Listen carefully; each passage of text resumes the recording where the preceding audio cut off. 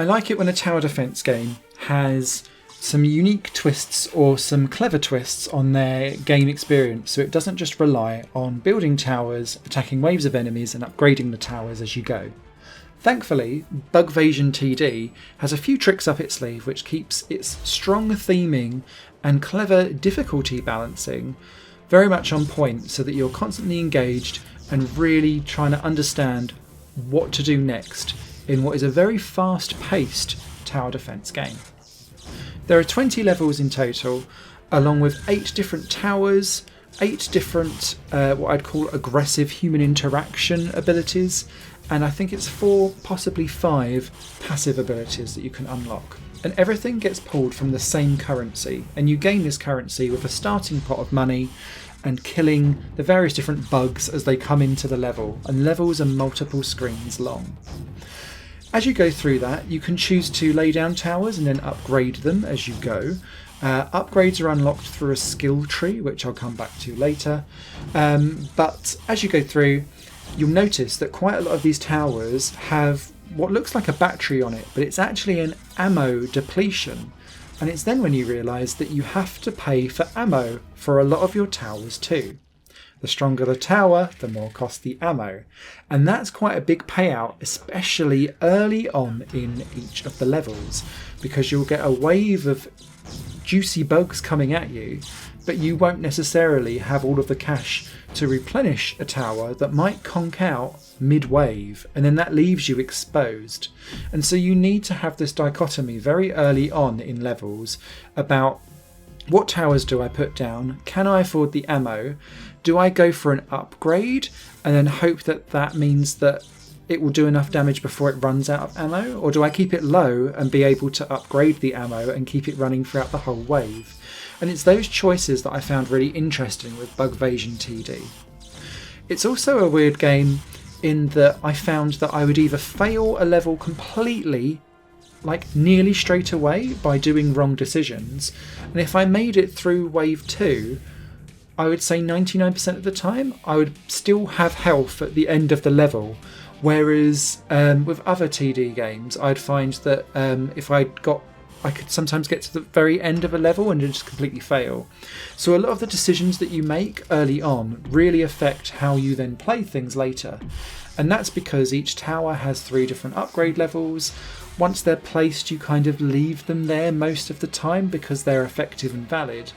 And you can also use environmental interactions and your aggressive power-ups. As you start to gain more coins and you're not necessarily focusing on upgrades, you're now getting involved in the fight. I love the theming for this game. So it looks like a Micro Machines tower defense game because it's all taking place in different rooms of your house. But also the kind of abilities that you have, you can squash them with your feet, the bugs, or with your fist, or you can get a baseball bat and squash them, or you can get out a little electric taser and electrocute the little buggers. It's all good fun and it works really nicely.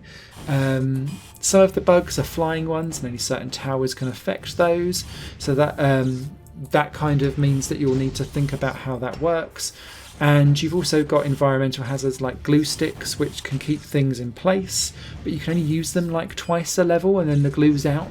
Same with, you've got little sweets that you can drop on the lanes, which means that the ants will go for the sweets and kind of sit there and it's like a barrier for them. And if you place some towers that are like high intensity but maybe take some reloads, you can do some really big damage there. But it might mean that you're exposed if you aren't using those tactics all together at once. One thing that took me a while to get used to as well is the skill tree. Now, as you go through each level, you'll get ranked out of 3 stars, but depending on what health you've got, you'll get given 1, 2, 3, and sometimes 4 stars, which you can then use, skill points that you can then use and put in your skills tree. And as you do that, you unlock the next upgrade for a tower, and each tower has potentially 3. Same with power-ups as well.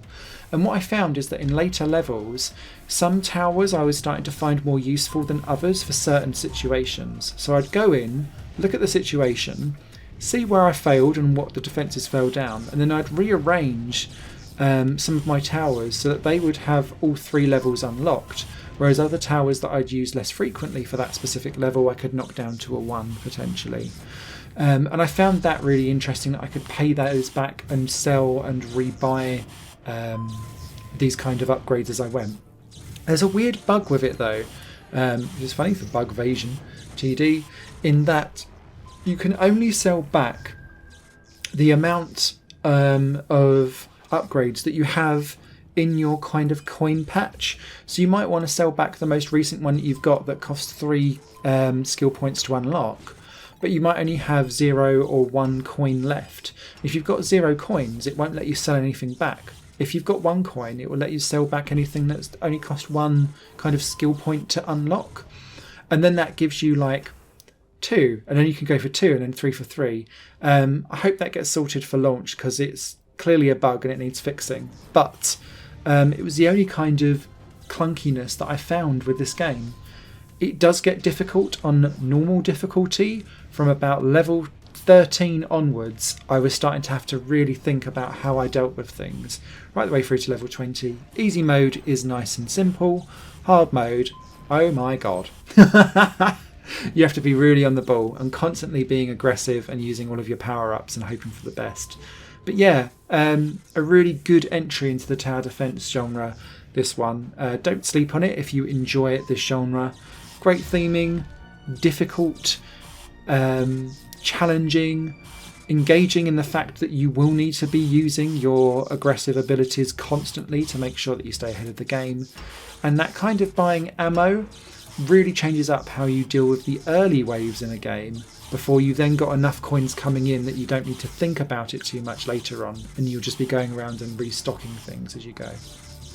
Written review will be over on higherplayinggames.com shortly, but until next time, don't let the bugs bite.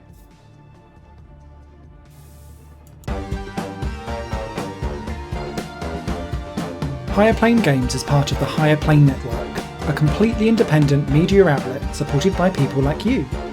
The goal is to create the best possible content that cultivates a richer indie scene for games as well as music and entertainment. To find out more and to get involved, visit patreon.com/higherplane-network. Your support makes all the difference, and in return you'll gain access to bonus content and downloads.